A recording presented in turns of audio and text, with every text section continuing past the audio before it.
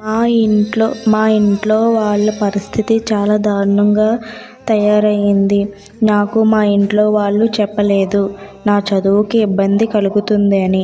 నన్ను ఇంటికి వస్తే ఎక్కడ తెలిసిపోతుందో అని ఇంటికి వద్దమ్మా, మేమే వచ్చి నీకేదైనా అవసరమైతే అన్నీ కొనిస్తాము అని చెప్పేవారు. నేను కూడా ఇంకా ఇంటికి వెళ్ళకపోతే ఇక్కడ ఎంజాయ్ చేయొచ్చు కదా అని ఇంటికి వెళ్ళడం మానేశాను. కొన్ని డబ్బులు కావాలి అన్నప్పుడు మాత్రమే ఇంటికి ఫోన్ చేస్తూ ఉండేదాన్ని. కొన్ని రోజులు బాగానే గడిచాయి. ఎగ్జామ్స్ వచ్చాయి.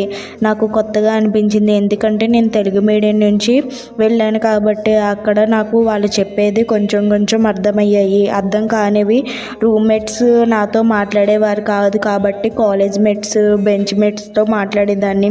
ఒక అమ్మాయి నన్ను చాలా బాగా చూసుకునేది. నాది రోల్ నెంబర్ 1 కావడంతో ప్రతిదీ నన్నే క్వశ్చన్ చేసేవారు.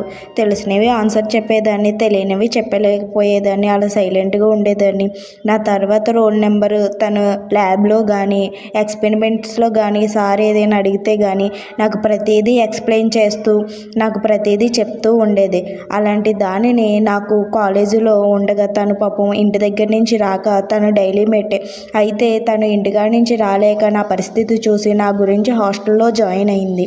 అలాంటి దాన్ని నన్ను దానిని విడదీసేసిన తర్వాత అయినా కానీ తను అవేమీ నమ్మకుండా నాతోనే ఉండేది.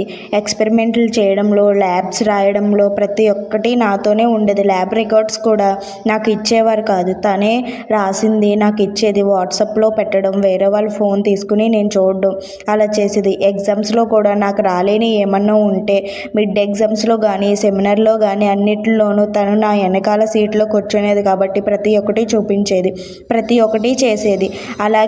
అలాగే కొన్ని రోజులు